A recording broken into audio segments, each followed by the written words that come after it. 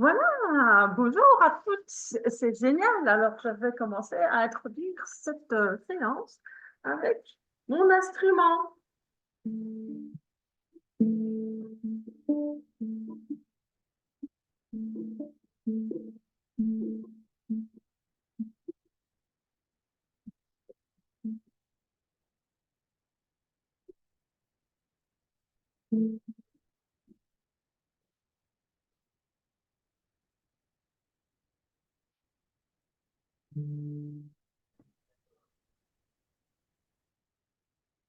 Alors ça, il n'y a pas longtemps, c'était un de mes désirs, c'était un rêve à moi. Et c'est justement de rêve et de désir que je vais vous parler aujourd'hui, puisque on s'empêche quand même beaucoup de vivre nos rêves et de réaliser nos désirs parce qu'il y a toujours autre chose. On va parler d'une technique qu'on appelle le WOOP, le W-O-P-P. C'est quoi le WOOP? Ça parle de wish, de désir en anglais, de outcome, donc d'objectif. Ça parle de plan. Ça, c'est la même chose en anglais. C'est génial. Et ça parle non, ça parle de wish, de outcome, il y a deux O, de obstacle, c'est la même chose en anglais, et de plan, en anglais, plan aussi. Donc, pour le P. Pourquoi est-ce que c'est si important? C'est hyper important parce que souvent, on a tendance à vouloir réaliser les rêves des autres. On a envie de faire plaisir aux autres. On a envie de faire, ouais, de combler les désirs des autres et on a aussi envie que les autres fassent pareil pour nous. Ce qui, évidemment, crée des souffrances parce que les autres n'ont pas forcément envie de, de combler nos désirs ou de réaliser nos rêves, parce que eux, ils ont les leurs. Donc ça crée des attentes, des déceptions, des souffrances, etc. Et donc, moi, j'en ai conclu qu'on n'est jamais mieux servi que par soi-même et que si on arrive à réaliser nos rêves et à atteindre nos objectifs, on n'a pas besoin des autres pour le faire à notre place. Est-ce que ça parle à quelqu'un parmi vous? Vous me dites oui ou non dans le chat.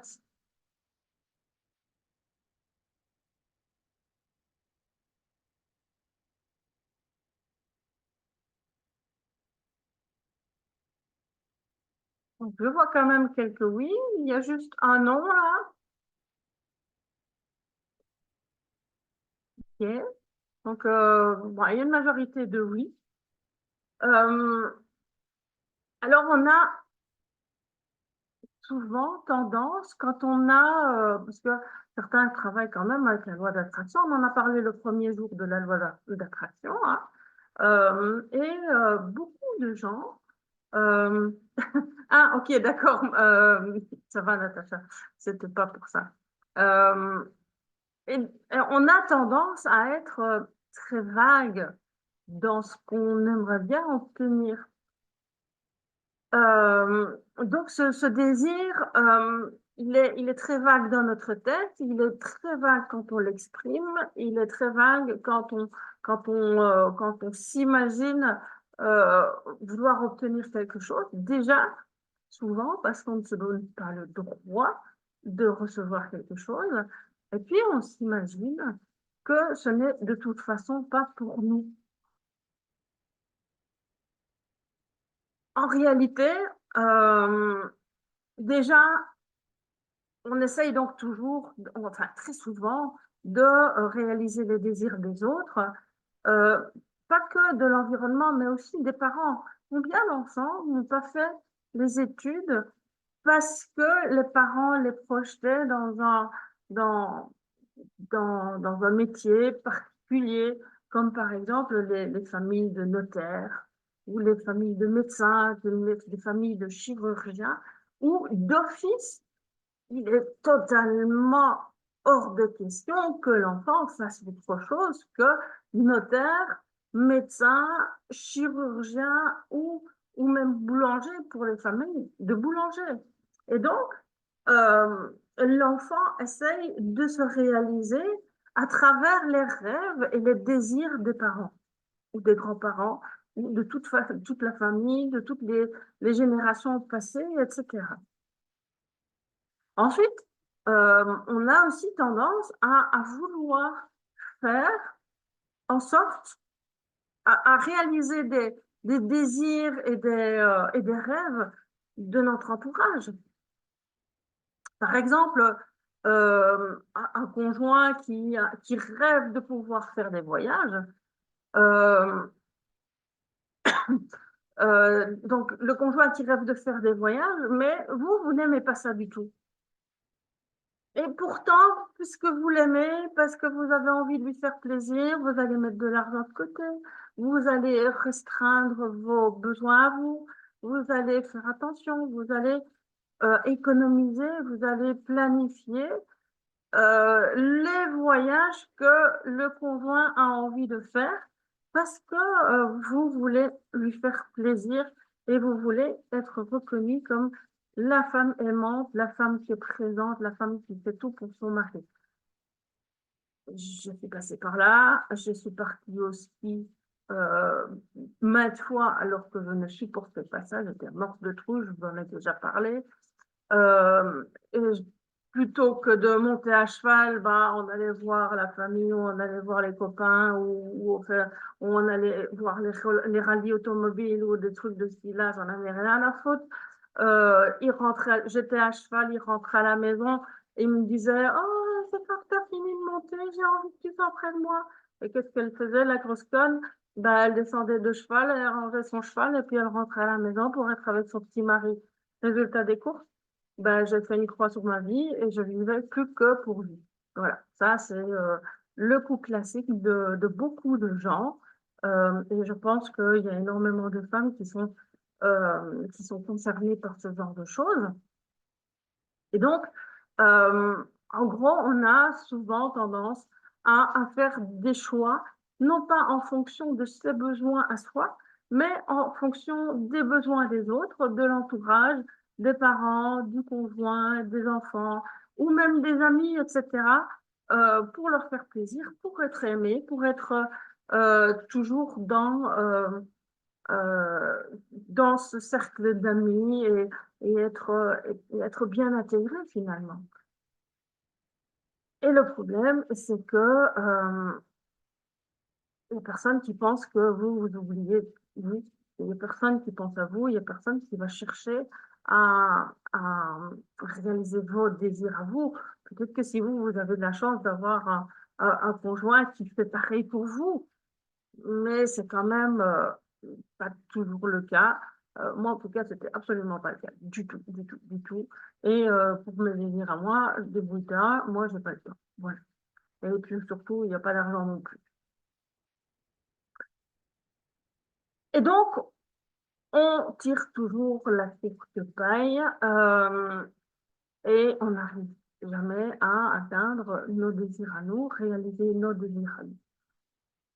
Pour le handpan, ça faisait un petit temps que j'écoutais, et d'ailleurs j'écoute toujours énormément de musique de handpan, j'adore ça.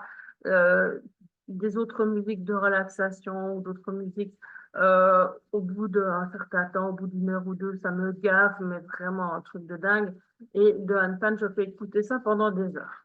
Et j'en rêvais, puis j'écoutais des vidéos, et j'avais vu une vidéo sur, sur Facebook d'un gars à Liège qui faisait ça. Et puis, je dis, ah, celui-là, il sonne bien et tout, ça sonne pas de là.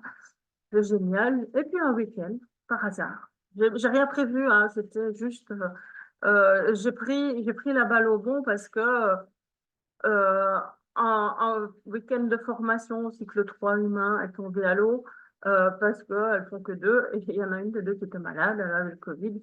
Donc, on a annulé le cours et voilà que immédiatement après, je tombe sur une publication de ce gars-là qui, voilà, il faisait un stage le dimanche. Et moi, ah, waouh, génial, je vais pouvoir aller au stage parce que jusque-là, j'avais vu les dates de stage, mais c'était toujours le week-end et moi, je suis toujours occupée le week-end, donc je donne toujours cours. Donc, pour moi, c'était impossible de pouvoir y aller. Et là, je me dis, waouh, génial, un cours le dimanche, mais moi, je ne travaille pas, donc je vais pouvoir y aller. Et alors, ben, je vais à ce stage. Enfin, c'était un atelier. Donc, il y avait un premier atelier pour faire connaissance avec les instruments. Il avait une quinzaine de handpan avec lui. Un deuxième atelier où lui, il jouait. Donc, il faisait un mini-concert à lui tout seul. Et ensuite, un atelier avec l'apprentissage d'un pattern. Soit c'était en groupe, c'était chouette, c'était gai. Et donc, pendant cette journée, moi, je suis tombée sur ce handpan-là qui, à chaque fois que j'entendais quelqu'un qui touchait ce handpan, j'entendais ses vibrations, ses notes, etc., je me mettais à vibrer moi-même. J'avais des frissons et je bâillais. Et quand il a joué dessus, enfin avec ce handpan pendant son petit concert, là, j'ai baillé comme une dingue. Il y avait des trucs qui se passaient entre ce handpan et moi. Et puis après, on discute hein, de ce handpan. Il me dit, oh, j'ai une mauvaise nouvelle pour toi. Ah bon? Ouais, il est à vendre. Ah merde. Ouais, c'était le seul des 15 handpans qui était à vendre, hein. C'était pas les autres. Et les autres, ils me parlaient pas. Les autres, je n'en voulais pas. J'avais passé toute la journée à pianoter sur celui-là. Et puis, il m'annonce le prix et il dit, oh merde, oups. Bon, ben, on fera ça plus tard quand même, hein. Je vais pas faire ça tout de suite parce que là, ça va pas être possible.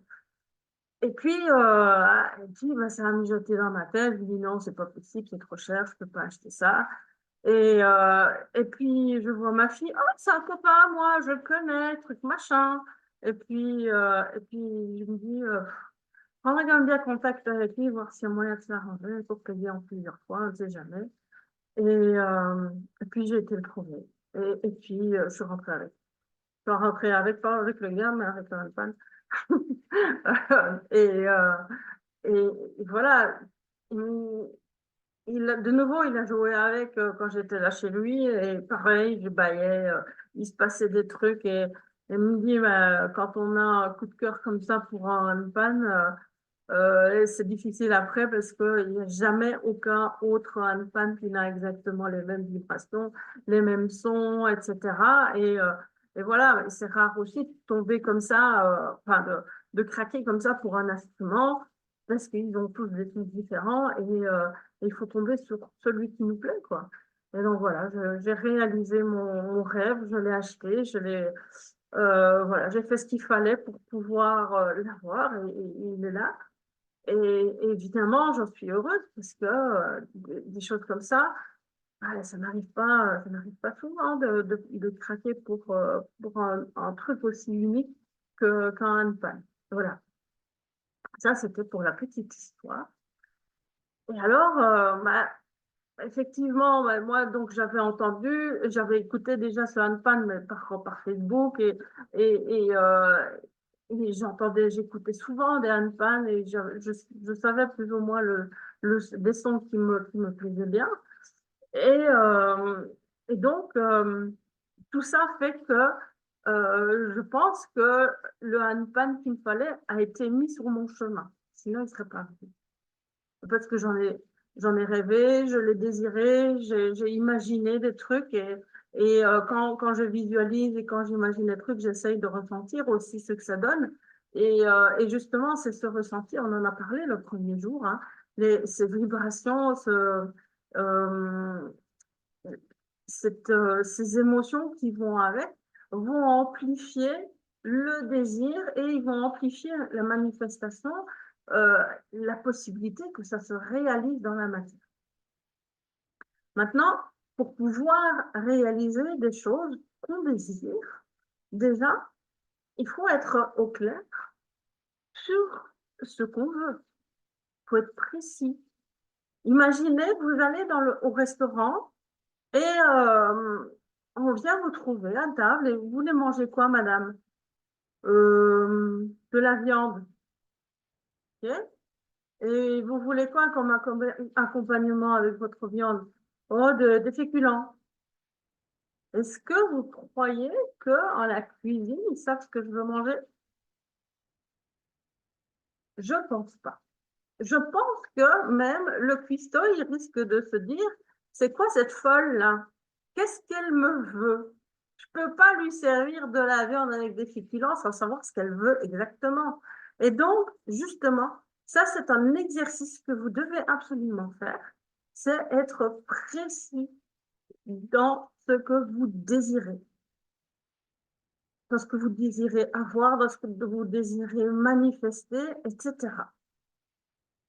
Donc, si je vais au restaurant, je regarde la carte et je vais dire, je désire manger un steak saignant, pas le bien cuit, pas le moyen, pas le truc machin, je veux le saignant, d'accord? Avec des patates grillées, pas des patates en purée ou des frites, ou non, je veux des grillées. Et je vais comme accompagnement la salade avec de la vinaigrette au yaourt, avec des épices, s'il vous plaît. Voilà. Et là, le serveur va aller en cuisine, il va dire ça au cuistot, et le cuistot, il va savoir ce que je veux. Et il va pouvoir le préparer. Par contre, la viande avec un accompagnement avec des féculents, ça va, pas de folle celle-là. Moi, je peux pas, je sais pas. Voilà. Et ça, c'est la même chose avec votre désir. Si vous, ah oui, j'aimerais bien une maison sympa. C'est quoi une maison sympa? Est-ce que, parce que pour certains, une maison sympa, c'est une maison au centre-ville, à proximité des activités de nuit, etc. Pour d'autres, une maison sympa, c'est un petit chalet au milieu des bois, avec un ruisseau et avec du gibier qui court derrière la maison. Et pour d'autres, la maison sympa, c'est une petite maison dans un village avec un petit jardin et à proximité des écoles, etc. Il faut spécifier, il faut juste être précis dans ce qu'on veut. Moi, je veux un chalet cosy, un chalet en bois, de petite taille, dans la verdure, à proximité en bordure de forêt, avec un grand terrain, un potager en permaculture, etc. Voilà. Donc là, moi, je suis beaucoup plus précis, plus catégorique dans ce que je veux. J'ai mon image, j'ai j'ai une idée complète de ce que je veux. Et du coup, ben, c'est ça que je visualise, c'est ça que je désire, et c'est ça que j'aimerais bien obtenir. Je vais essayer de partager, j'ai pas prévu d'ailleurs, mon... hop, hop, hop, on va essayer de faire ça comme ça. Hop, hop, hop. Voilà, ça, c'est ce que je désire. D'accord? Et je le vois tous les jours. Et je le regarde tous les jours. Et c'est ça que je veux. Un chalet, la forêt, un local de formation dans un grand terrain où mes chiens ils peuvent courir, un chalet cosy avec un feu de bois, mes chiens qui sont à l'intérieur sur un grand canapé, un jardin, une terrasse avec mon ordinateur, un jardin permaculture. Voilà, ça c'est ce que je veux. J'ai pas pris n'importe quoi. J'ai pris ce que je voulais. J'ai fait un truc à ma sauce. Voilà. Excuse-moi si je viens de te couper, on ne voyait pas l'image, c'était tout noir. Oh merde. D'accord, on voyait pas mon bureau. Merde alors. Bon, écoutez, 2 minutes, je vais essayer de retrouver ça. Hop. Après, comme tu as expliqué, on pouvait bien se l'imaginer, hein, mais Attendez, je vais vous le chercher. Vous allez voir. J'espère que je vais le retrouver là, parce que moi, dans mes dossiers, retrouver un truc particulier, parce que j'ai toujours une façon très, très particulière de ranger. Ouais, là, je le retrouverai avec coup sûr et certain. Ouais, jusqu'au... Ah, hop là. Voilà, je l'ai retrouvé. Je reviens à vous. Hop. Et je fais un partage d'écran. Voilà. Là, maintenant, vous voyez. Voilà. Donc, non, on voit. mon petit chalet en bordure de forêt, avec un grand jardin, mon local de formation dans le terrain. Vous voyez, il y a le soleil aussi, hein, il y a la forêt, là, c'est génial. Le chalet cosy avec un feu de bois, avec les chiens, le grand canapé, etc. Une terrasse avec mon ordinateur, parce que je travaille quand même pas mal à la maison, et puis un jardin en permaculture avec des bacs de culture, etc. Voilà, donc ça c'est un truc précis, c'est ça que je veux. Voilà, j'aimerais bien obtenir ça. Donc, c'est pas juste une maison à la campagne, c'est pas juste un truc banal, voilà, je précise exactement de ce que je veux. Ensuite, il faut que ce soit mesurable. Comment est-ce que je vais pouvoir mesurer euh, euh, si j'atteins mon rêve? Ben, j'atteins mon rêve le jour où je serai installée dans cette maison-là. Euh, enfin, le mesurable, ça peut être très aléatoire en fonction des désirs, évidemment, et en fonction des rêves. Ça peut être, je réussis à avoir autant de clients non, ça c'est définissable dans le temps. Je veux autant de clients, ou je veux une maison de telle taille, je veux un jardin de telle taille, je veux tel truc ou tel machin dans cette ampleur-là. Voilà. D'accord? Donc, on met une mesure. Ensuite, il faut évidemment que ce soit enthousiasmant. Si je veux obtenir quelque chose qui ne m'enthousiasme absolument pas, ben, ça sert à quoi? Si ce n'est pas enthousiasmant, il faut se poser la question, pour qui est-ce que je le fais? Est-ce que je le fais pour moi ou est-ce que je le fais pour quelqu'un d'autre? Est-ce que je veux réellement ça ou c'est juste pour faire semblant ou c'est juste pour paraître ou quoi que ce soit? Si ça vient du cœur, normalement, ça doit être enthousiasmant. Ça doit me faire vibrer, ça doit me faire réagir. Si je pense à ce désir, ça doit me faire, ça doit me faire quelque chose à l'intérieur de mon corps. Si ça vous fait rien, ou tout au contraire, ça vous met une boule à la gorge, posez-vous la question, est-ce que c'est vraiment ce que je veux? Est-ce que c'est vraiment ça ou pas? Est-ce que je ne devrais pas changer? Et là, on a la réponse. Est-ce que je le fais pour moi ou est-ce que je le fais pour quelqu'un d'autre?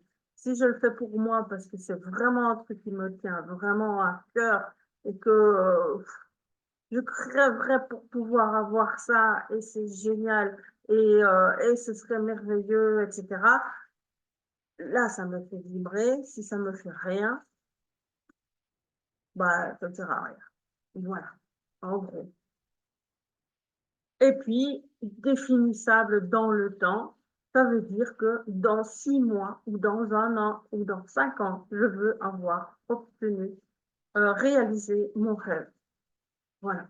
Pourquoi? Parce que si je ne fixe pas un, un délai, un délai qui peut évidemment être un peu chamboulé, c'est pas ça, mais si je ne me fixe pas du tout de délai, je vais procrastiner, je risque de procrastiner, je risque de remettre à plus tard, parce qu'il n'y a pas de délai. Et puis, je vais me laisser bloquer beaucoup plus facilement par des croyances, par des peurs, etc. Et du coup, ben, je ne vais pas mettre en place ce qu'il faut pour pouvoir y arriver. Donc, ça fait partie du truc. Donc, définir l'objectif ou définir en tout cas le rêve, le désir dans le temps. Je désire obtenir cette chose à un moment donné. Voilà. Dans un an, dans 6 ans, dans 5 ans ou dans 10 ans, n'importe, mais fixer un délai. Est-ce que jusque-là, ça va?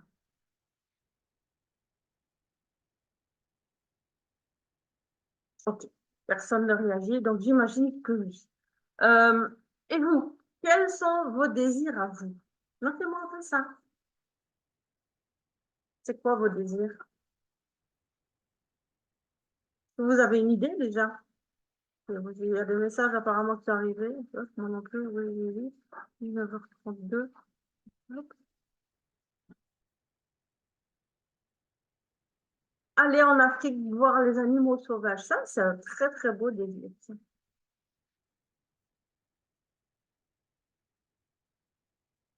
Quand je vois ça, je pense à mon voyage en Laponie, là, il y a 2 ans déjà. Ouais, bientôt déjà 2 ans.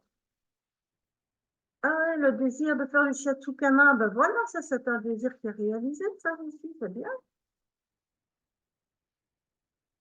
Delphine qui veut se remettre à son compte, se remettre à reprendre des études, c'est génial ça. Terminer l'arrangement de la maison, oui, le hall, plancher, bibliothèque, etc. Vivre dans un pays près de la mer, pour plonger avec les requins. Génial, super, avec des requins. C'est sûr, ça. Moi, je ne ferais pas. Je suis tout. Non. Bah, bravo, si t'aimes ça, c'est génial, évidemment.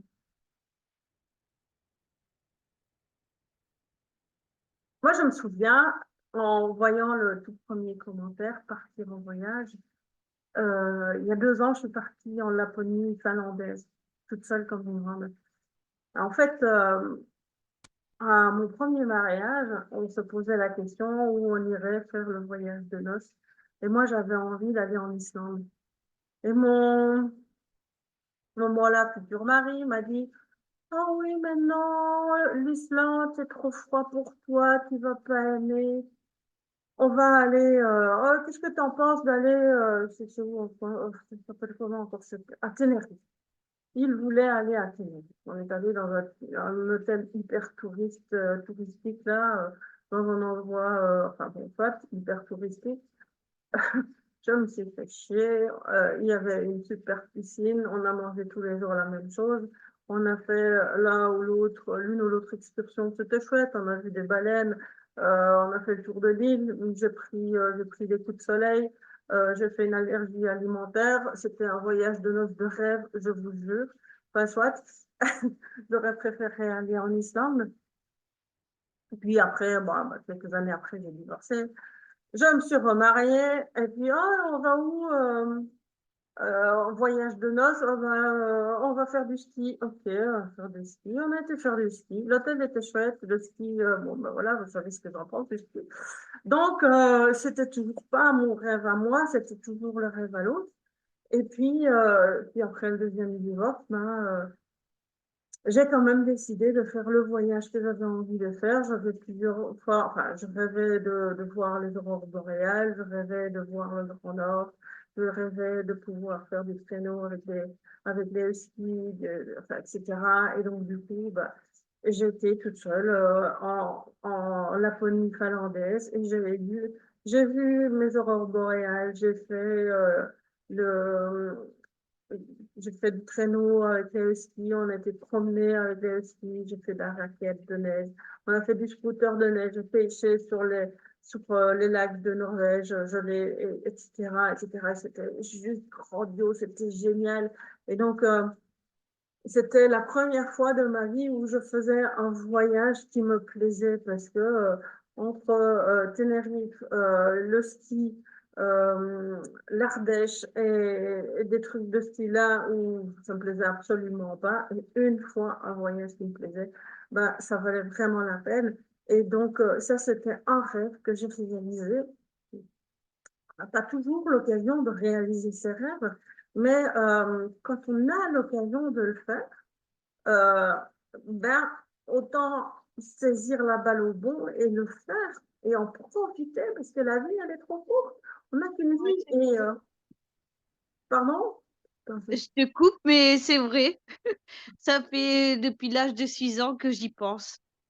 Donc je travaille dur pour y arriver, Ben, pour y aller seule. oui, il faut soit travailler dur, toi tu mets de manière régulière de l'argent de côté parce que c'est vrai que ça coûte un certain prix, mais ça se prévoit à l'avance, il n'y a pas besoin de faire ça dans 6 mois. Hein. Enfin, d'ailleurs, dans 6 mois, c'est pas une bonne idée, mais si tu prévois faire ça, par exemple, dans 2 ans, ben, tous les mois, tu mets un peu d'argent de côté et donc tu peux, si tu prévois ça à l'avance, ben, tu peux le faire. Il faut juste se donner l'autorisation de le faire. Et ça, on va en venir après au niveau des obstacles. Mais les rêves valent la peine d'être vécus parce que c'est ça la vie aussi, c'est profiter de la vie, c'est faire des trucs qu'on a envie de faire et pas que faire des trucs pour faire plaisir aux autres. Parce que quand on passe son temps à faire plaisir aux autres, on passe à côté de sa vie. Et moi, je vous garantis, je suis passée à côté de ma vie pendant presque 50 ans. Et ça, aujourd'hui, il en a plus question. Moi, j'ai compris que ma vie, elle passe. Et tout ce que je ne fais pas, ben, c'est des rêves que je n'aurais pas réalisés. Et moi, voilà, j'ai envie de faire des trucs qui me plaisent. Et donc, il faut mettre les choses en place pour pouvoir y arriver. Dans quel but? Alors, donc, on a parlé pas mal de désirs, on a parlé de rêves. Et quand on veut réaliser des rêves, en général, c'est pour atteindre un objectif qui se situe plus haut. D'accord? Quels sont en général les objectifs qu'on aimerait bien atteindre euh, en réalisant ces désirs et ces rêves? On a envie d'atteindre la sérénité, une bonne santé physique, une bonne santé mentale, je suis bien dans ma tête, je suis bien dans ma peau, une abondance financière quand il s'agit de mettre des choses en place pour son travail, etc. Une abondance relationnelle quand on se trouve dans un désert relationnel, ça peut arriver. Hein. Et on peut aussi réaliser des désirs et, euh, et des rêves pour pouvoir avoir un travail épanouissant, comme Jessie, par exemple, qui rêvait de faire du shiatsu. Elle a mis les choses en place pour pouvoir faire sa formation. Aujourd'hui, elle est en formation de shiatsu et elle va pouvoir réaliser son objectif. Est-ce que vous avez des objectifs à atteindre et si oui, lesquels? Est-ce que vous avez conscience de quel objectif vous voulez atteindre? Peut-être déjà l'objectif pour lequel vous êtes ici.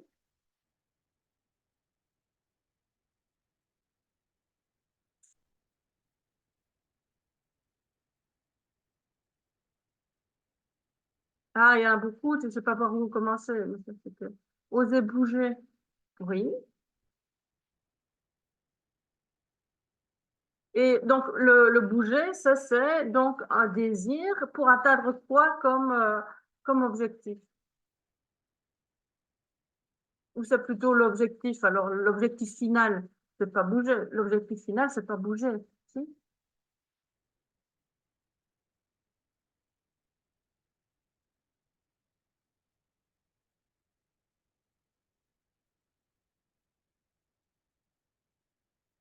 Ok, donc gagner ta vie en faisant ce que tu aimes. Est-ce que tu as besoin de gagner ta vie?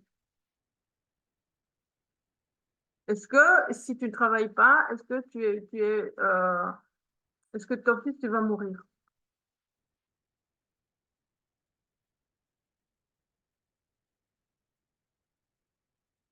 C'est une expression qui est assez, le gagner sa vie, c'est une expression qui est très, très négative, en fait. Hein. C'est des croyances. Hein. Oui, ok. Donc, tu as une ménagerie à entretenir, je comprends bien. Donc, tu as besoin de gagner de l'argent. C'est pas gagner ta vie. Parce que c'est pas parce que tu travailles pas que tu vas mourir. Tu as le droit de vivre même si tu n'as pas de travail, même si tu ne rapportes pas de l'argent. Mais par contre, entretenir la famille, etc., en gagnant de l'argent, oui, ça c'est OK. Mais essaye d'éviter d'utiliser justement le gagner sa vie.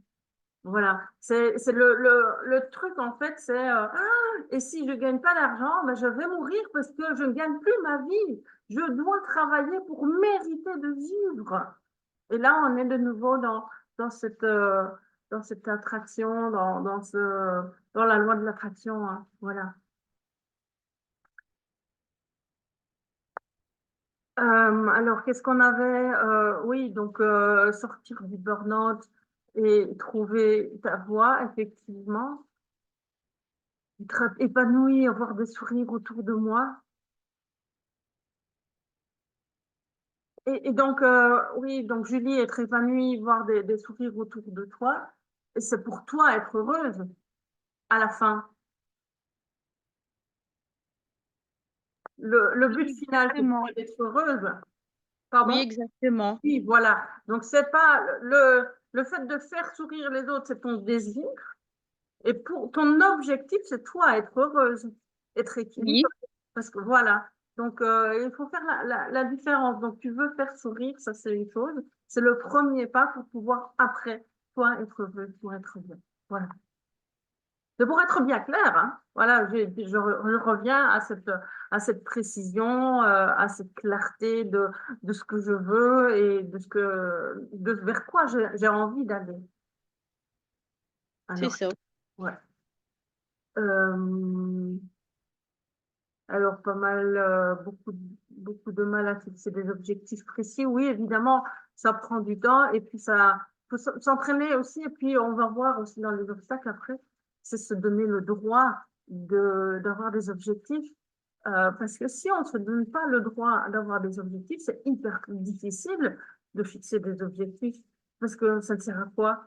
Parce que de toute façon, je ne vais pas les atteindre, puisque de toute façon, je ne vais pas pouvoir les réaliser parce que de toute façon, je ne mérite pas, etc., etc. Et donc, c'est très, très compliqué de fixer des objectifs quand on a des blocages émotionnels. Donc, c'est par là qu'on va aller voir après.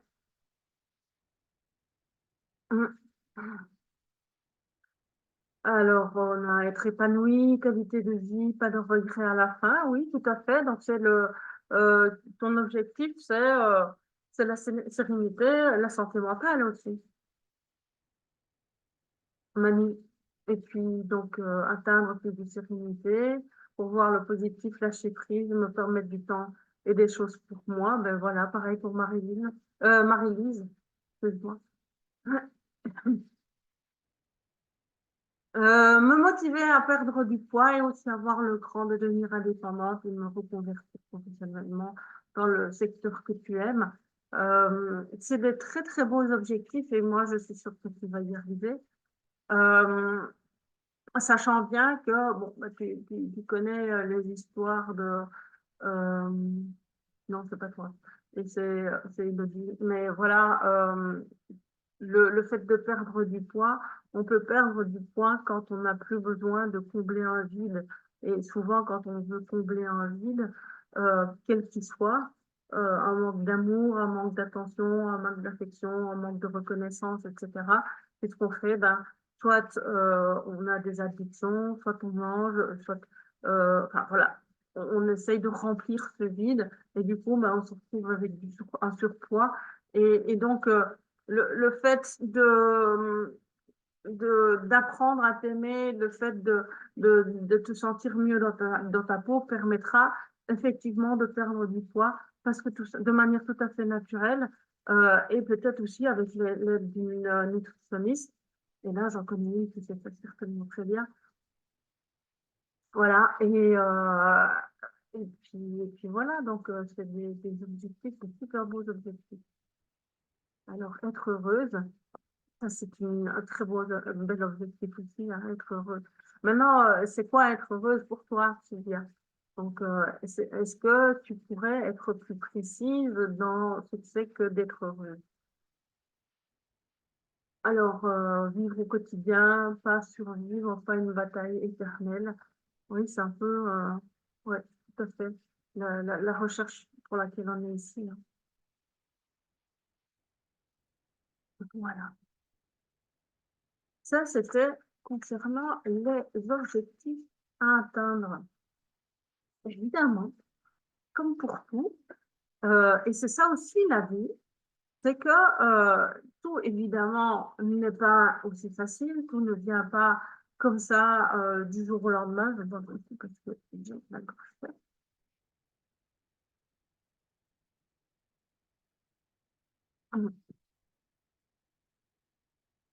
On en a parlé hier, hein, des croyances limitantes, on a parlé des blocages, on a aussi parlé de la loi de l'attraction, etc. Et pourtant, même si on met plein de choses en place, on se rend compte quand même que c'est pas toujours aussi facile, c'est pas toujours comme on aurait aimé. Euh, alors souvent, on a des blocages qui sont faciles à déceler. On peut avoir des blocages au niveau des finances et je n'arrive pas à me payer un tel truc. Je peux avoir des peurs, je peux avoir des croyances limitantes, je peux m'auto-saboter, je peux aussi procrastiner, je peux avoir un manque de temps ou autre. On a toujours des obstacles qui se présentent à nous. Et c'est normal. C'est ça la vie aussi, d'avoir des obstacles qui se présentent à nous parce que euh, on en a parlé déjà, c'est la résistance qui nous donne la force de décoller. C'est la résistance qui permet à l'avion de décoller. C'est la résistance qui permet au papillon de déployer ses ailes. Et c'est aussi la résistance qui permet au nouveau-né de déployer ses poumons et de pleurer et de pouvoir euh, acquérir sa pleine capacité respiratoire. C'est à cause de la résistance, de l'effort qui a dû être fourni pour pouvoir y arriver. Et donc, je ne vais pas dire qu'on n'a jamais rien sans rien, parce que ce serait aussi vous mettre une croyance limitante là sur un plateau d'oreille, hein, c'est pas ça. Mais la vie, elle est faite ainsi, avec des hauts et des bas. Et on est toujours confronté à des choses qui nous pourrissent littéralement la vie. On va appeler ça des cadeaux mal emballés. Parce que, pourquoi des cadeaux? Parce que tout simplement, on n'est peut-être pas encore prêt d'obtenir ce qu'on veut. On a peut-être encore besoin de comprendre certaines choses. Et ce qu'on veut n'est peut-être pas totalement aligné. Et le fait de rencontrer des obstacles nous met peut-être sur une piste, sur une autre piste, sur ce qu'on voudrait avoir, auquel on n'a pas encore pensé. Ou tout simplement, ça va nous donner des outils pour pouvoir y arriver, pour pouvoir obtenir ce qu'on veut, mais pas tout de suite, plus tard. Et donc, c'est ce à quoi on est confronté quand on veut obtenir quelque chose, quand on a des désirs, quand on a des rêves, c'est que pour pouvoir y arriver, il faut parfois du temps, il faut parfois passer certains obstacles, dépasser des peurs, etc. D'ailleurs, en parlant de peur, il y a une peur qui est énorme, enfin qui est souvent énorme et dont on ne se rend pas forcément compte, c'est la peur de laisser partir le passé. Qui connaît la peur de laisser partir le passé? Qui a déjà rencontré ça?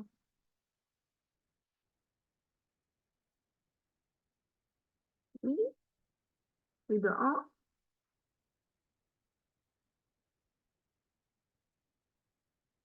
Et de deux aussi.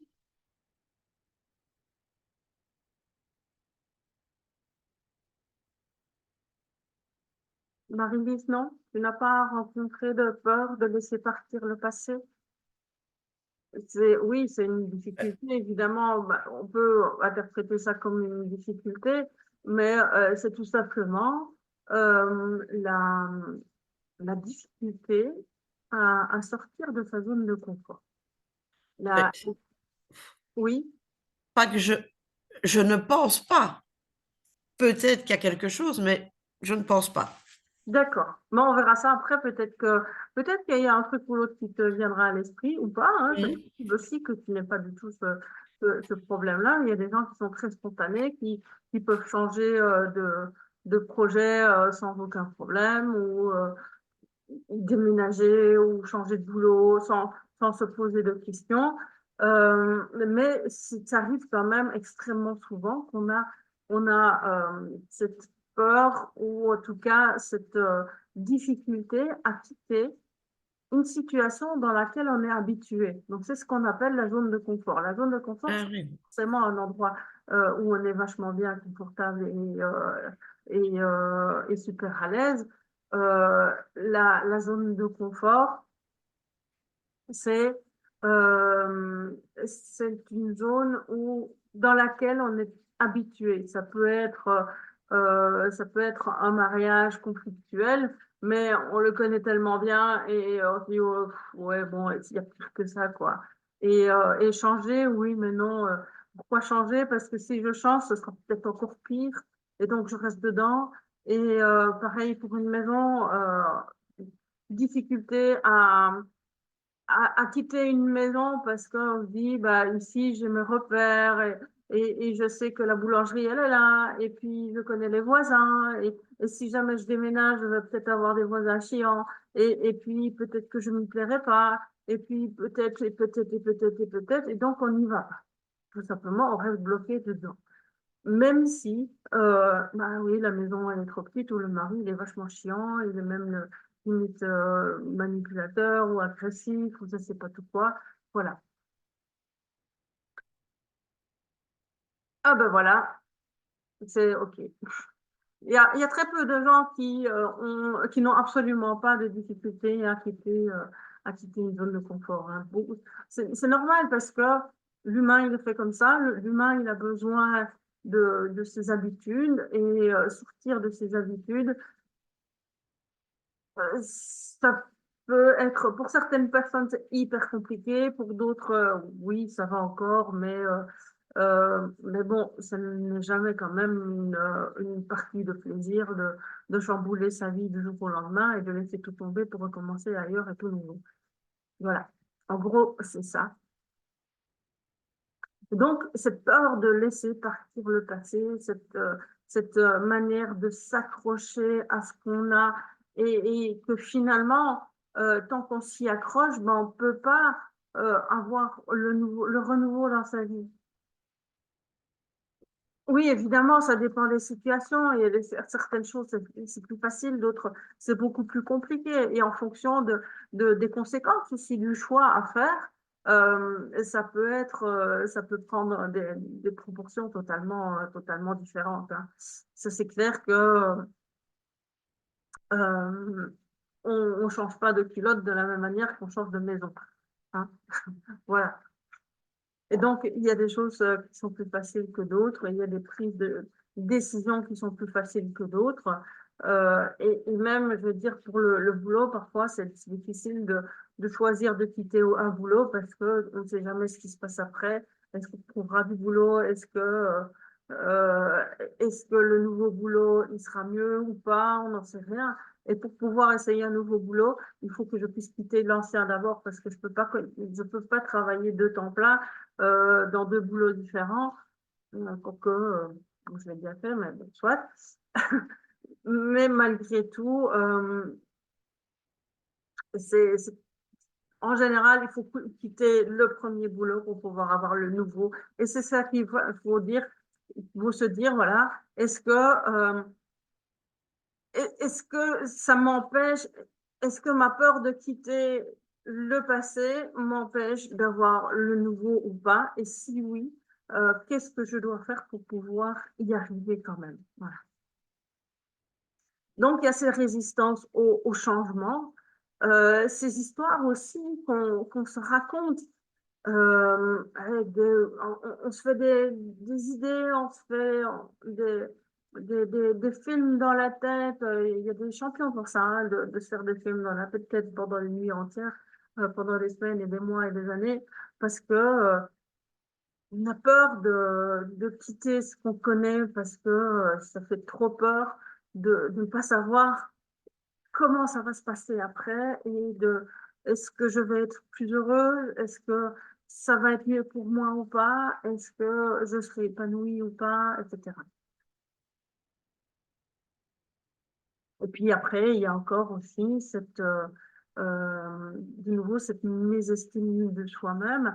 Si par exemple, j'ai un boulot qui me plaît pas, je peux postuler pour un boulot qui est mieux que le premier, ou peut-être mieux payé, ou mieux placé, etc. Et puis, je peux me dire aussi, est-ce que je le mérite? Est-ce que je suis assez bien pour ça? Comme par exemple, celles qui veulent se mettre comme indépendantes et qui se disent, oui, mais est-ce que je le mérite? Est-ce que je vais y arriver? Est-ce que je suis assez bien pour ça? Voilà. Donc là, on a le syndrome de l'imposteur qui bloque beaucoup de gens aussi, de nouveau.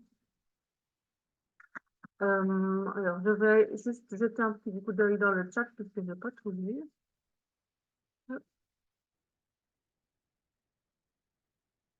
Ça dépend de la situation. Ok. J'ai changé de boulot. Je me rends compte que l'herbe n'est pas plus verte ailleurs, mais ça m'a permis de comprendre que je dois simplement changer de secteur. Bah oui, et le fait d'avoir changé me donne le courage de continuer ma recherche.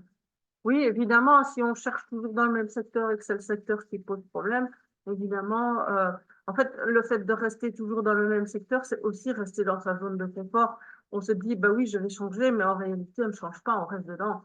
C'est comme quand j'étais policière, changer de brigade ne m'empêchait pas de rester toujours à la police, hein. C'était toujours pareil, avec avec le même statut, avec le même genre de comportement, le même genre de boulot, etc. Donc, ça ne changeait pas grand-chose. C'était toujours le boulot de police, voilà, quel qu'il soit. Alors, ça fait peur, indépendant, et en même temps, je me sens plus capable de travailler pour ou avec quelqu'un à l'heure actuelle. Mais non, mais ça, évidemment, c'est dans une période un peu compliquée, donc ça va venir. Et puis tu verras bien ce que tu veux faire. Tu as encore le temps pour le voir. C'est normal d'avoir peur de signer un CDI. Bah oui, évidemment, que c'est normal. Parce que t'imagines, tu signes un CDI, ça veut dire que tu t'engages pour une durée indéterminée. Ça fait peur.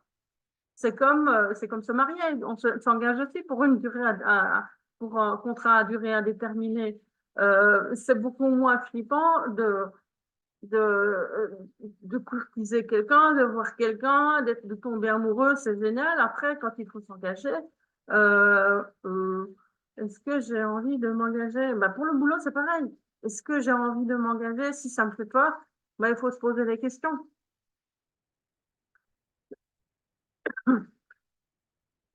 Dans le sens où on ne sait pas discuter avec les patrons. Évidemment, si tu ne sais pas discuter avec les patrons, si ça se passe déjà mal au départ, évidemment, aller signer pour un CDI, c'est peut-être pas, c'est peut-être pas génial. Après, il faut voir aussi avec le boulot, est-ce que le boulot te plaît ou pas? Est-ce que l'environnement de travail te plaît? Est-ce que tu as des contacts réguliers avec le patron ou pas? Si tu ne vois jamais le patron et que tu ne sais pas discuter avec, tu t'en fous.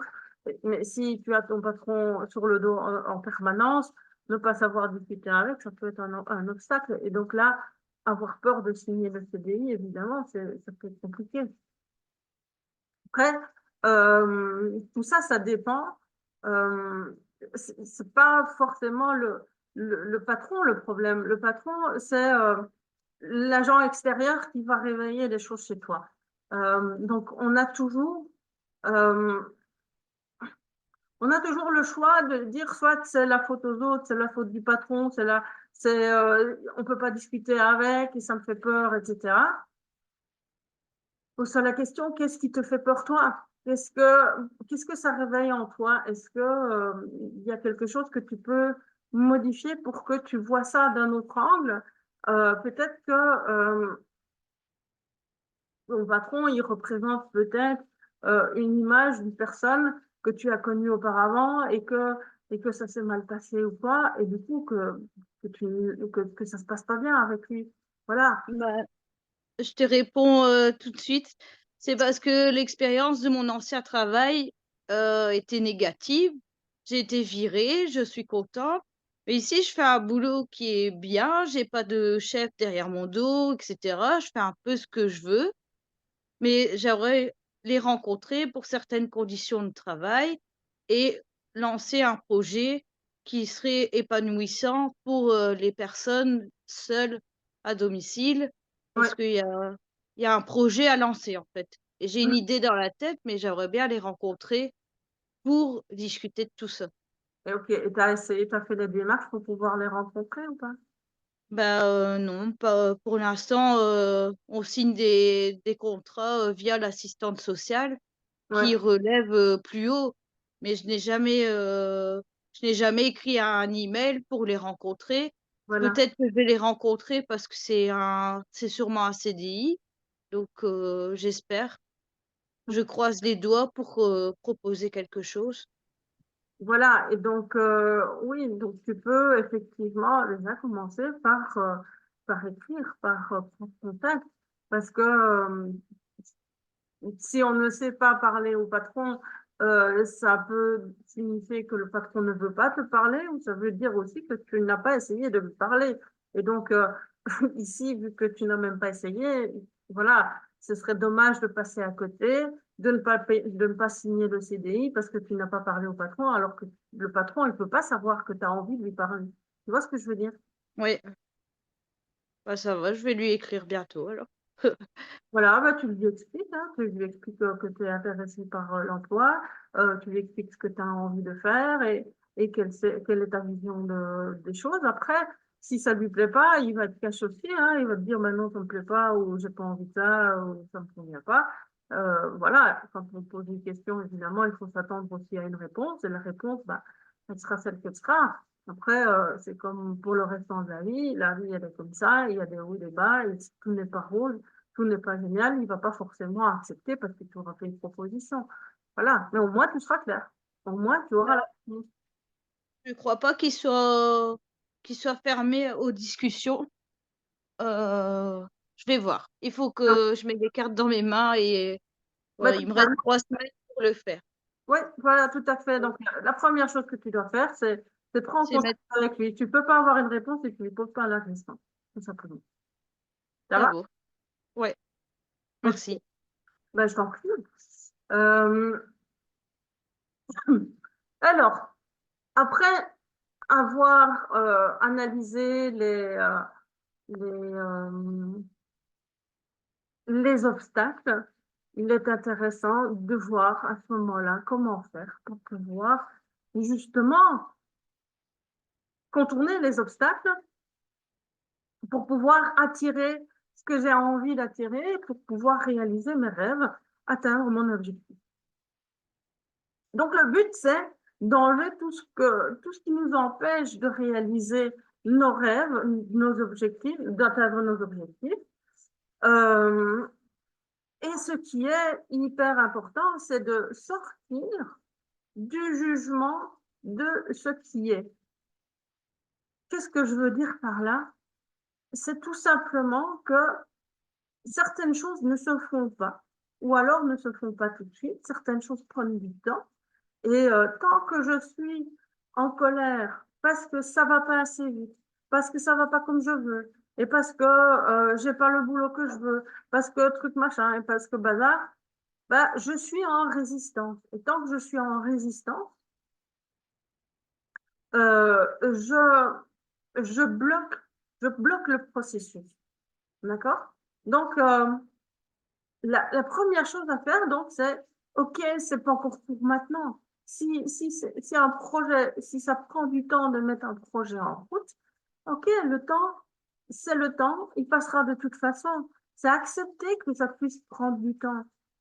Et si on doit faire des détours par d'autres boulots, par exemple, si vous avez un objectif travail et que pour pouvoir y arriver, il faut gravir les échelons un après l'autre pour pouvoir y arriver, ben, il faut prendre le temps de pouvoir gravir ces échelons. Si vous avez devant vous une montagne, vous avez d'un côté, vous avez la pente ardue et l'autre côté, vous avez une pente beaucoup plus facile, qu'est-ce que vous allez choisir? Est-ce que vous allez choisir là et puis vous allez vous casser la gueule parce que ça monte trop fort, vous allez glisser, vous allez planter en bas de la montagne? Ou est-ce que vous allez plutôt prendre le temps et aller par l'autre côté et prendre les chemins, monter petit à petit et pouvoir y aller en sécurité, même si ça prend plus de temps. Il paraît même que si on prend des détours, c'est en prenant des détours qu'on peut profiter des plus beaux paysages. C'est pas en étant accroché au rocher, à grimper une montagne aride qu'on va pouvoir profiter des paysages. Mais par contre, si on prend l'autre côté et qu'on prend les chemins, les beaux chemins, on peut parfois, à un détour, voir des très, très belles choses. Et que ce soit pour le boulot ou n'importe quel autre objectif, c'est en prenant des détours, justement, où on peut peut-être découvrir aussi des choses qui vous plaisent, peut-être encore plus, ou tout compte fait, il fallait passer par là pour comprendre que votre objectif, au départ, c'était pas vraiment fait pour vous, mais que vous préférez, il vaut mieux faire autre chose parce que ça vous plaît plus, parce que ça vous passionne plus, etc.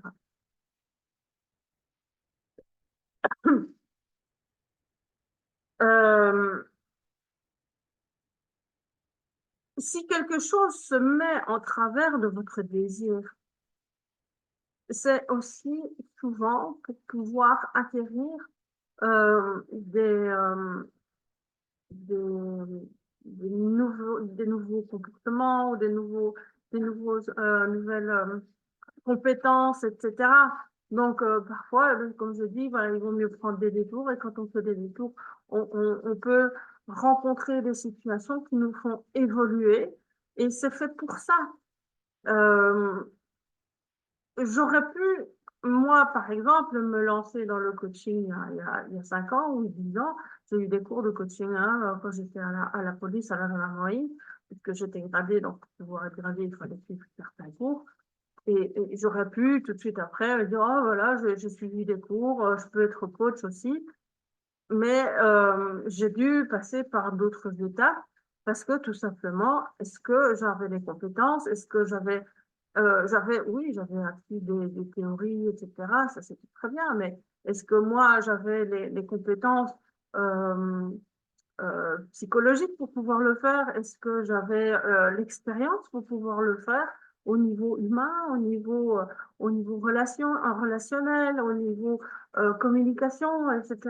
Parce qu'on a beau voir certaines choses à l'école, on a fait au cours n'importe quoi, ça ne fait pas de nous un professionnel de qualité. Parfois, il faut prendre des détours, il faut continuer à évoluer euh, dans le cadre du coaching. Par exemple, ben, le développement personnel est hyper important et je vois que d'année en année, j'évolue, d'année en année, j'ai des compétences supplémentaires et chaque fois, je vais aller chercher ça pour pouvoir enrichir mes compétences et enrichir le travail que je fais. Et pour tout le reste, c'est pareil. Donc, parfois, on est empêché de réaliser nos désirs, nos rêves, parce que tout simplement, c'est pas le moment, parce que tout simplement, on n'est pas encore prêt et qu'il faut passer des épreuves, il faut apprendre des choses pour pouvoir évoluer sur le plan physique ou personnel, on apporte, pour pouvoir après y arriver de manière plus efficace.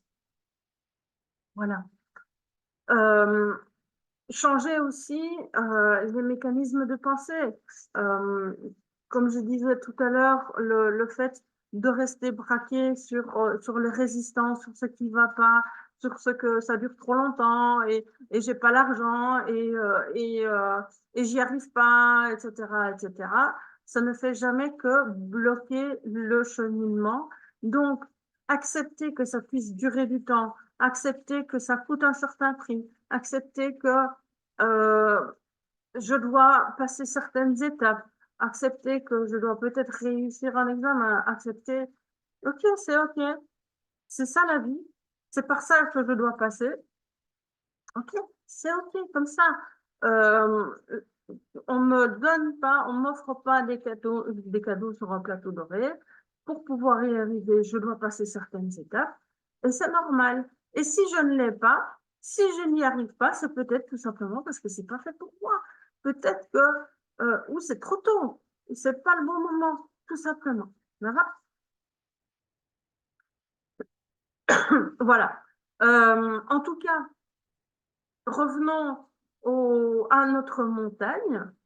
De nouveau, si vous voulez gravir la montagne du côté dangereux, du côté où c'est très dur, ben vous allez avoir très difficile et le chemin à parcourir va peut-être être beaucoup plus court parce que la pente elle est plus raide. Mais est-ce que ce sera plus facile pour l'occasion? Non, certainement pas.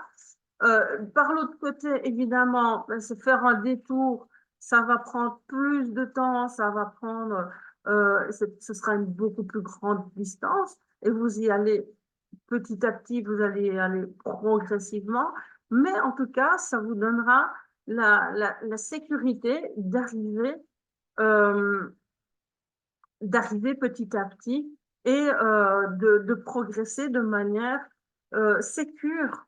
Voilà. C'est comme aussi quand on peut imaginer une échelle avec des tout petits échelons, et là on monte un échelon après l'autre, ça peut être facile.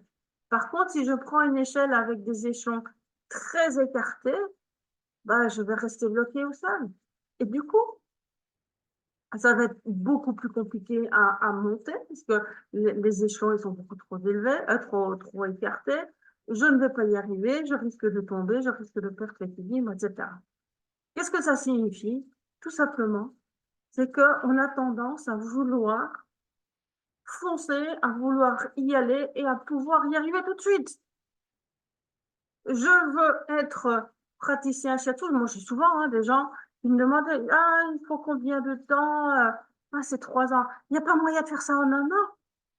Mais non, il n'y a pas moyen de faire ça en un an parce qu'en un an, tu vas aller trop vite. Et si tu vas trop vite, ben, tu ne vas pas avoir les apprentissages nécessaires, tu ne vas pas avoir l'évolution nécessaire, etc. Ouais, mais moi, 3 ans, c'est trop long, alors je ne fais pas. Bon, mais tant pis, alors tu ne fais pas. C'est ce que tu veux que je dise. Si c'est pour te voir te planter après, ça ne vaut pas la peine. Et donc, y aller de manière progressive, faire un pas après l'autre, ne pas vouloir faire trop en une fois, ne pas vouloir courir trop vite.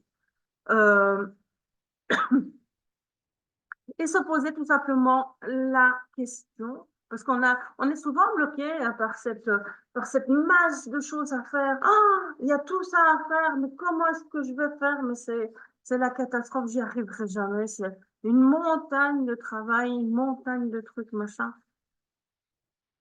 Et ce qu'on oublie, c'est que quand on fait un petit pas après l'autre, la montagne, elle est vite petite, hein. La montagne, elle est vite gravie, c'est pas un problème. C'est pas la montagne le problème. Le problème, c'est qu'on veut aller trop vite. Et faire un pas après l'autre, c'est aussi euh, se faire choisir des tout petits objectifs, des sous-objectifs. D'ailleurs, c'est pour ça que les formations, elles sont découpées en cycles, en modules, en semaines, etc., etc. Parce que on ne lance pas le truc là comme ça, tout en une fois, débrouille-toi avec, et demain c'est l'examen, et puis le problème est réglé. Ben non, ça ne marche pas, ça. Donc, parfois, c'est faire des minuscules avancements, des minuscules changements dans sa vie, un petit peu tous les jours ou un petit peu une chose à la fois, pour pouvoir après se retourner et dire waouh, j'ai fait tout ça moi. Ça, c'est génial. Et souvent, quand c'est comme ça, quand on y va progressivement et de manière régulière, ça avance tout seul. Ça va tout seul. Il n'y a pas, c'est pas des gros obstacles, c'est pas des gros trucs insurmontables. Et d'ailleurs, c'est ce qu'on fait en coaching. En coaching, en général, ben, on va fixer de séance en séance, on fixe un objectif qui semble souvent être banal, Oh, oui, c'est un exercice, mais enfin, c'est pas grave, quoi, c'est pas compliqué. Ben non, mais c'est un exercice comme un autre, et cet exercice-là, il va te faire avancer d'un pas supplémentaire. Et puis encore un en plus, et puis encore un en plus, et puis après, on se rend compte que, waouh, j'ai quand même changé, waouh, ça va mieux, et ouh, ça, c'est quand même cool, tout ça. Voilà, donc ça, c'est donc savoir fractionner ses objectifs, faire des sous-objectifs, et même des sous-objectifs pour pouvoir éviter, pour éviter d'être submergé par la montagne de changements à effectuer et se dire, bon, voilà, un changement après l'autre, une chose après l'autre, et tout va bien. Donc, voilà. Je vais vous proposer ensuite de prendre note de qu'est-ce que vous avez déjà entrepris pour dépasser vos blocs, pour pouvoir atteindre vos objectifs et débloquer vos blocages, dépasser vos blocages et vos obstacles. Et alors, quelle serait la plus petite, la minuscule petite chose que tu pourrais changer à ta vie pour pouvoir avancer vers ce que tu veux? Est-ce que quelqu'un a envie d'en parler?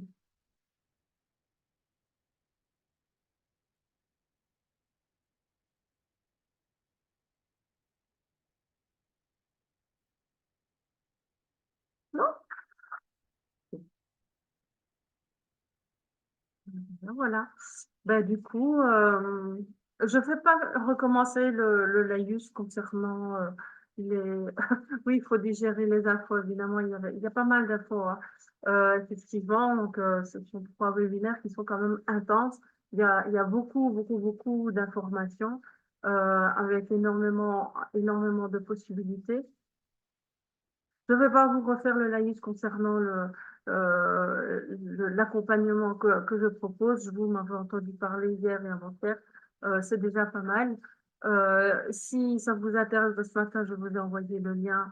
Vous pouvez toujours aller voir, cliquez sur le lien, vous allez voir, tous les renseignements sont mis. Voilà. Et, euh, et puis voilà, donc ici les 3 jours, effectivement, bah, ça demande, c'est énormément de renseignements, c'est énormément de clés et de choses qui peuvent vous faire avancer. Oui, Marie-Lise, faire un planning avec plusieurs petites étapes pour trier les livres, prévoir l'organisation, les bibliothèques, etc. Oui, tout à fait, c'est ne pas vouloir tout faire en une fois parce qu'on se retrouve devant une montagne de livres, mais effectivement faire ça petit à petit, tout à fait. Voilà. Est-ce que quelqu'un a des questions, soit concernant ce qu'on a vu aujourd'hui ou concernant le programme? Est-ce que ça me convient? Est-ce que ce serait pour moi ou pas? Ou combien de temps? Ou comment ça se passe, etc.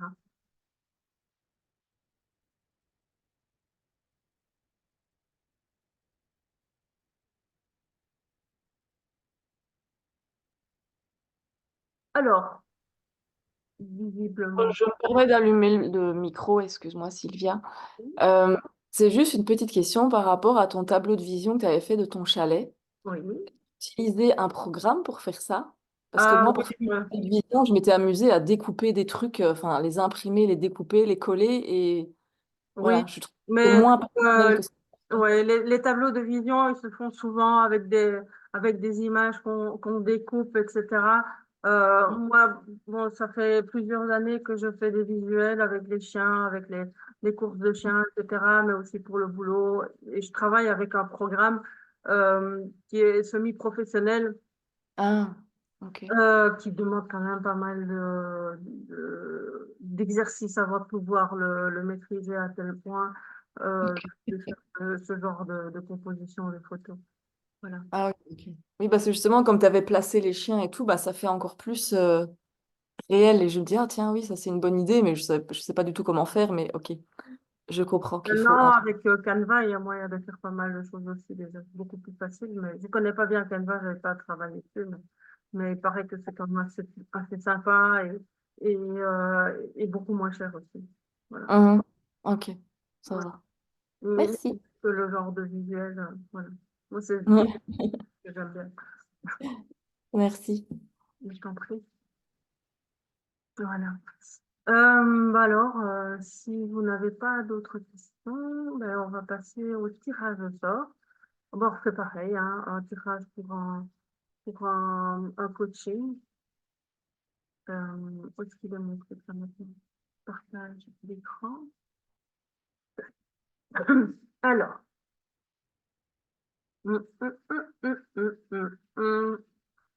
C'était où? Non, c'est pas ça. Hop. Je ne sais plus maintenant finalement. Hop. Voilà, là, je ne trouve plus. Hop. Je dois retrouver Internet. Hop. Alors, il est où? Hop, mon tirage au sort. Alors, qu'est-ce qui est là? Est-ce que... Je ne sais pas qui est là finalement maintenant. Est-ce que Yolande est là? Yolande, je n'ai pas entendu. Bon, on verra bien. Hop, on va tirer au sort. On verra bien. Est-ce qu'il y a une Séverine qui est là? Vous m'envoyez un... Vous parlez hein, si vous êtes là. Ok, non, pas de Séverine. Ok. Ici, ça ne va pas, évidemment. Hop, Laurence, il n'y a pas de Laurence. Hop, Caroline, il y a pas... Est-ce qu'il y a une Caroline? Je ne crois pas.